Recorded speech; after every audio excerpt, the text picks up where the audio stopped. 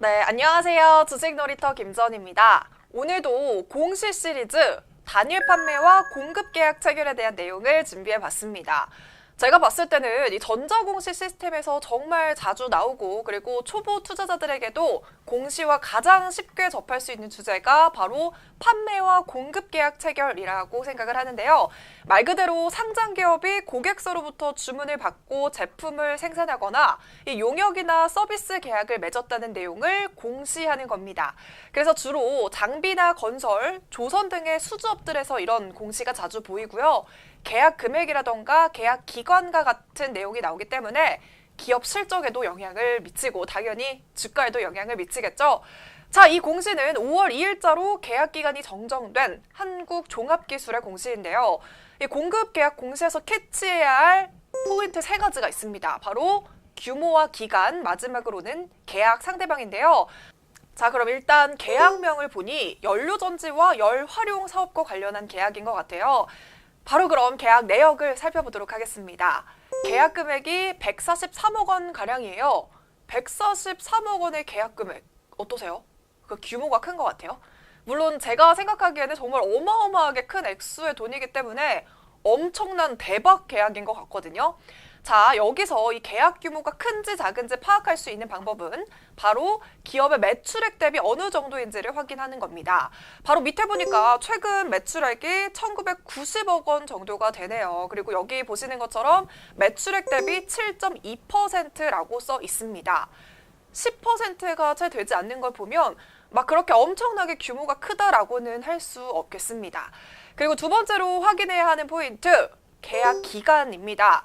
시작일은 2019년 4월 30일부터 종료일은 2020년 4월 30일, 딱 1년이네요. 앞서 계약 금액이 143억 원이었는데요. 같은 계약 금액이라고 할지라도 계약 기간이 1년인지 5년인지 10년인지에 따라서 기업 실적에 미치는 영향은 다르기 때문입니다. 자, 그런데 이런 계약 기간에서 우리가 생각해야 할 포인트가 있습니다. 예를 들어서 우리가 조선업이나 건설업처럼 배나 건물을 짓는데 단기보다는 최소 2, 3년이라는 기간이 걸리잖아요. 이렇게 장기간의 계약이 진행이 된다면 다양한 변수들이 생길 가능성이 있다는 점을 염두에 두셔야 합니다. 그 사이에 경기가 나빠져서 계약이 해지되는 경우가 발생할 수도 있겠고요. 계약 조건이 변경될 가능성이 있습니다.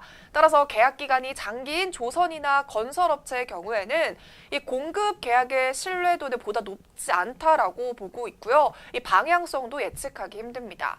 자, 그리고 마지막으로 살펴볼 것은 바로 계약 상대방이에요. 이 한국종합기술의 계약 상대방은 GS파워라고 나와 있습니다.